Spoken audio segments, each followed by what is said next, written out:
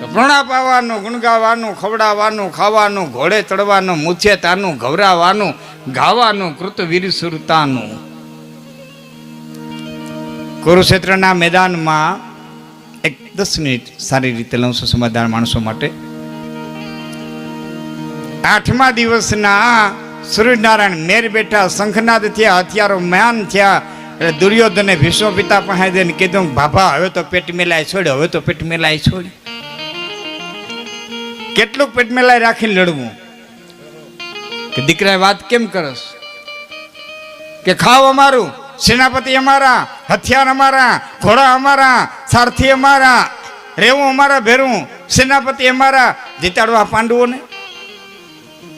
કેમ કેમ કેસ કે 8 દીથી અર્જુન લડે. એ દ્રોણાચાર્યના શિષ્યની હું તાકાત છે કે પરશુરામના ચેલા હું 8 દી સુધી બાણ હાકી શકે? તમારે મારવો નથી, પેટમાં પાપ છે. અને તઈ હથિયારને મૂકતા મૂકતા ભીષ્મ પિતામહે ધનુષ મૂકતા મૂકતા એટલું કીધું, ત્યાં બેટા કાલ હું અર્જુનને મારે. એ કાલ હું અર્જુનને મારે શબ્દો છૂટી ગયા ને પાંડવોના મોઢા માટે મેચ જડી ગઈ. રાંધા ધાન રખડી પીડ્યા કે કાલ અર્જુન નથી, કાલ અર્જુન નથી, કાલ અર્જુન નથી. ભાભો બોલે નહીં, ભૂલ્યા પછી કોઈ દી ફરે નહીં. કાલ અર્જુન નથી, કાલ અર્જુન નથી, કાલ અર્જુન નથી. રાંધા ધાન રખડી પીડ્યા સાહેબ. અને એમાં ભગવાન કૃષ્ણ નીકળ્યા બરોબર રાતનો સમય. અને નીકળ્યા અને ધર્મરાજાના ચકને અડગો કર્યો અને નજર કરી તો બેઠો બેઠો ભાલાને ઝેર પાતા હતા. ઝેરના વાટકામ બોરી અને ભાલાને હદાવે, હરિઝેરના વાટકામ બોરે, ભાલાને હદાવે. પડદો પાડી આગળ નીકળ્યા, ભીમ ગદા ફેરવતો હતો. પડદો પાડી આગળ નીકળ્યા, નકોડ તલવાર હદાવતો હતો. પડદો પાડી આગળ નીકળ્યા, સહદેવ બાણને ઝેર પાતો હતો અને પથ્થરની માથે ગહતો હતો. પડદો પાડી આગળ નીકળ્યા, ડાબા હાથમાંથી ડાબો કાન રહી ગયો તો, જમણા હાથ માથે જમણો હાથ રહી ગયો તો. અને અર્ધધનુષ આકારની માલિકોર પાર્થ અર્જુન ખૂતો તો. અને ભગવાન કૃષ્ણે તેની ખોટી અડાડી. હે અર્જુન, આમ ધીરે ધીરે જોયું શું છે? દાદો ભીષ્મકાળ પ્રતિજ્ઞા કરીને આવે, આ બધા તૈયારી કરે અને તું હૂતો. એટલે હૂતો કે તું જાગો ને.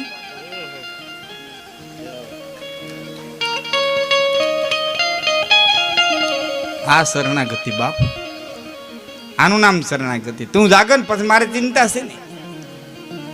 અને એ પડદો પાડી અને પડદો અડગો કર્યો. દ્રૌપદી બેઠા હતા અને એટલું કીધું, કૃષ્ણા. દ્રૌપદી વાને શ્યામ હતા અને કૃષ્ણ કૃષ્ણા નામથી બોલાવતા. કૃષ્ણા ક્યાં ભાઈ? કે ભીષ્મને પગે લાગવા માટે થઈ અને જાઓ.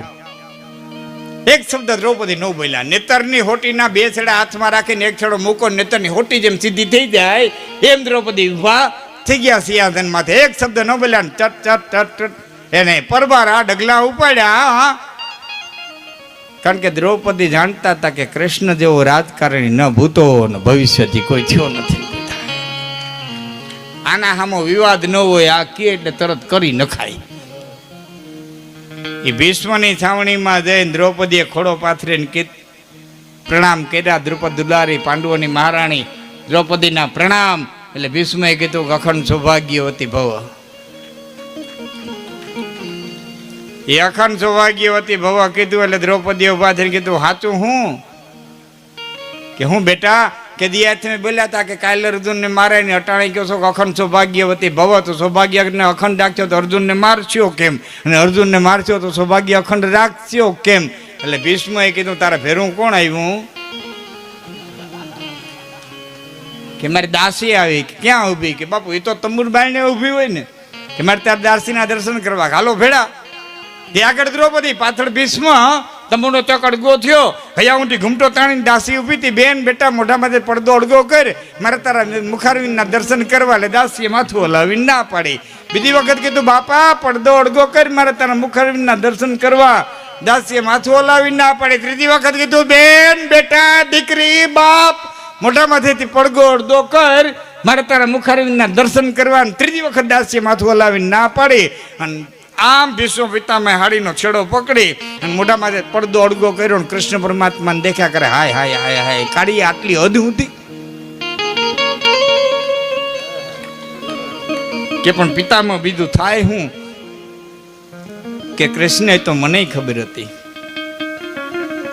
આ દુશ્મનની છાવણી, દુશ્મનની છાવણી, અડધી રાતનું ટાણું, આ દ્રુપદની દુલારી, પાંડવોની મહારાણી એકલી ન આવ્યો, તું ભેડો આવ્યો એટલે તો ભીષ્મ દાસીના દર્શન કરવા આવ્યો. નકર હું ગંગાપુત્ર ભીષ્મ કે દાસીના દર્શન કરવા થોડો ધામ.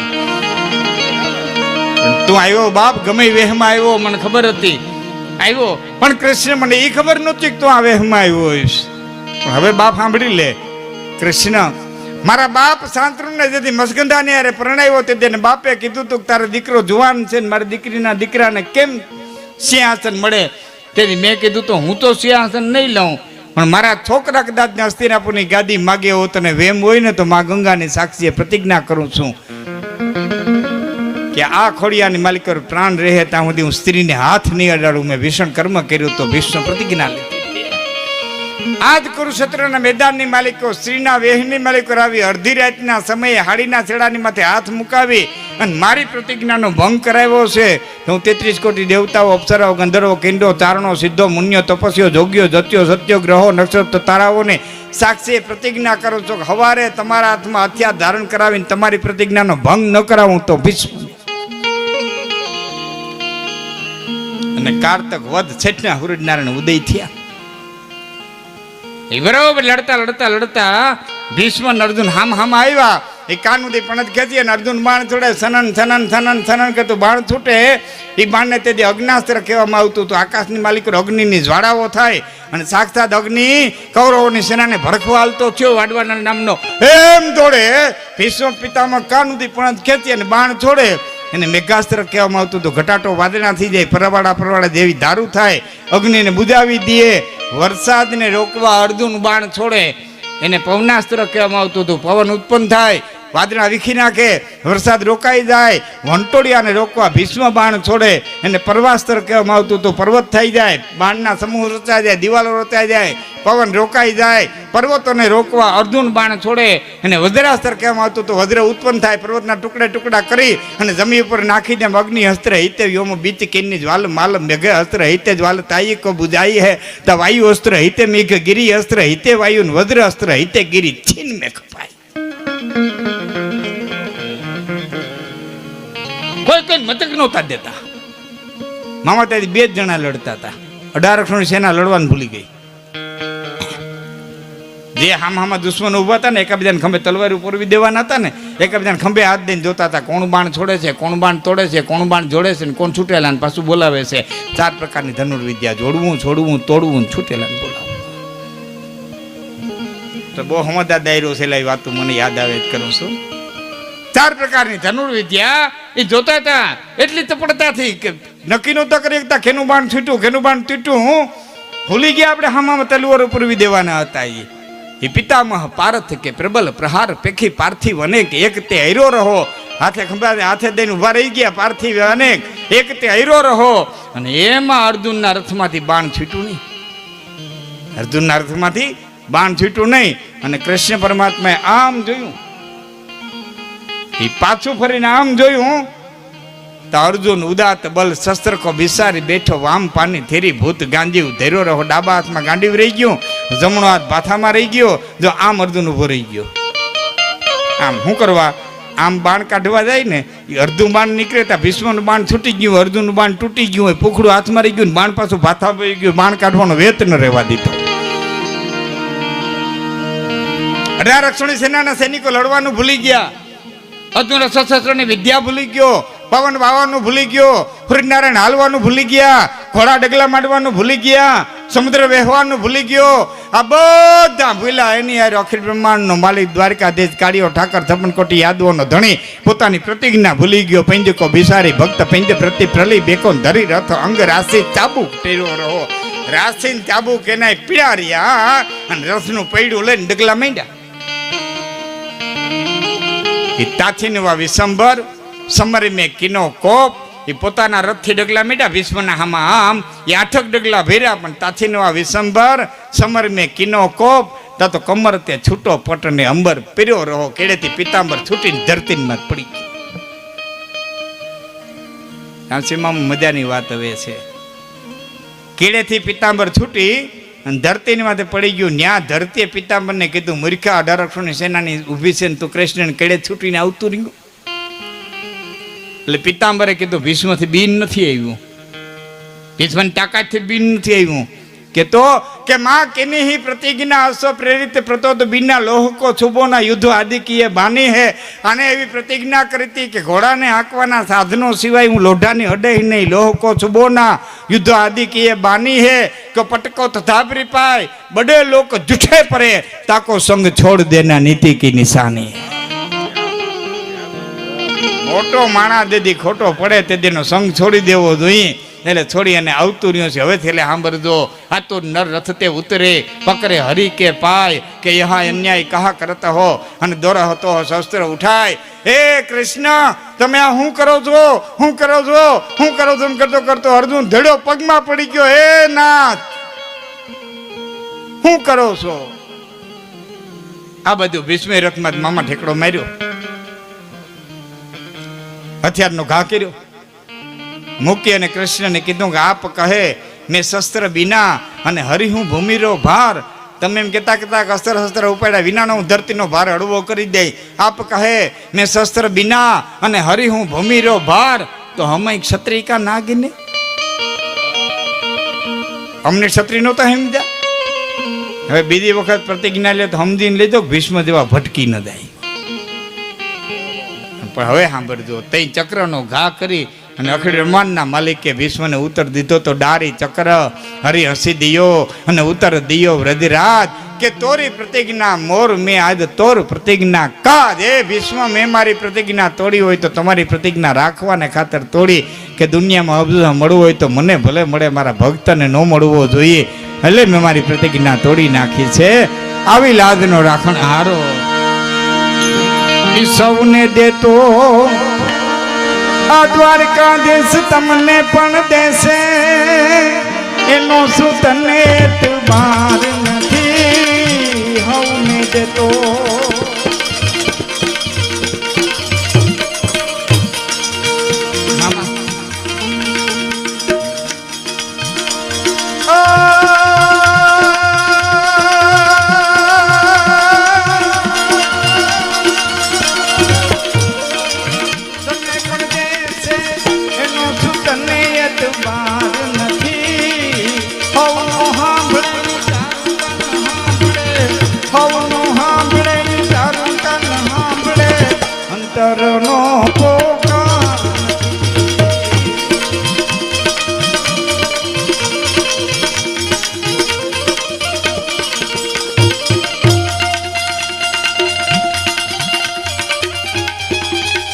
અમારો પંખો કોકે ફેરવી નાખ્યો.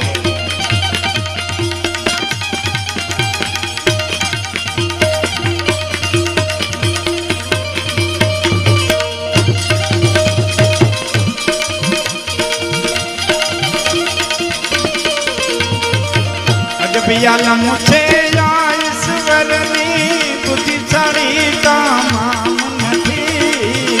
બુદ્ધિ વાળામાં બહુ થોડા ભાઈ, બુદ્ધિ વાળામાં બહુ થોડા તો ગાંડાના ક્યાંય ગામ નથી. બુદ્ધિ વાળામાં બહુ થોડા તો ગાંડાના ક્યાંય ગામ નથી.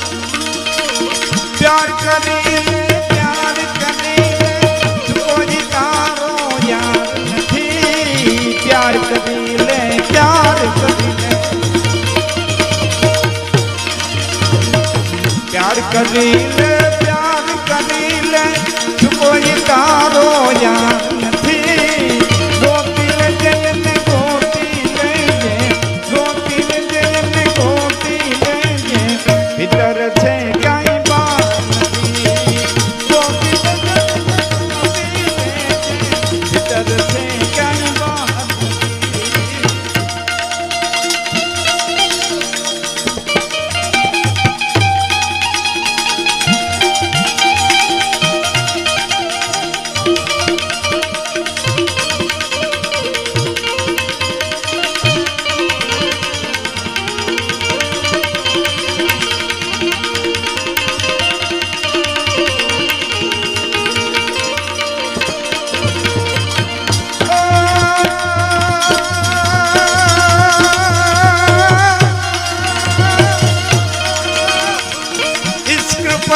કે યત્ન કરો આમાં માયતું કાંઈ મળનાર નથી હરિની કૃપા હોય શરીર નરવું હોય તો મહેનત કરી લ્યો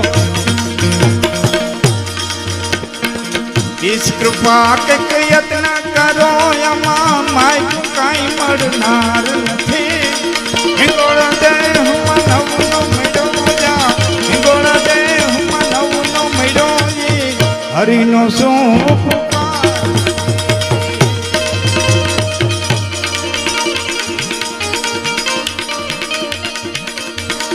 હિંગોળો દેહ માનવ મયોઈ હરિનો શું